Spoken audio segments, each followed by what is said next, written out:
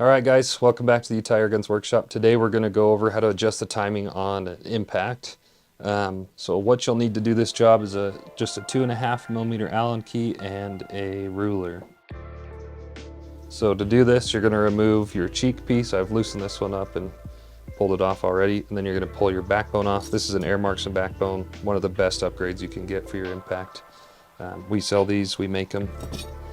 So what you'll do once you have that off, what we're checking for is the length here from the pellet probe guide to the front of the cocking mechanism on the gun.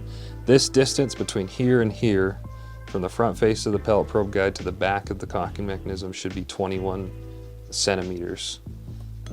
So we'll grab our ruler, we'll check that one on this one. This one should be right on. Yep, so it's right on at 21. Actually, it's a little bit short. So to adjust it, what we'll do, make sure your gun is empty. You don't have to degas. You'll go ahead and cock the charging handle back here, and you're going to just lift up slightly on the rod and then just twist this.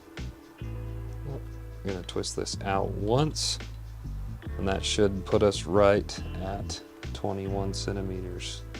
Yep, so that's right on. So that's how you set the length.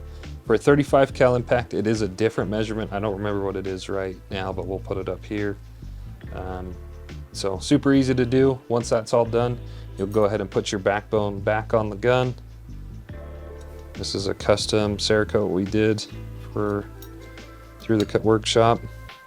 And then put your cheek rest back on, and you'll just tighten all those screws down.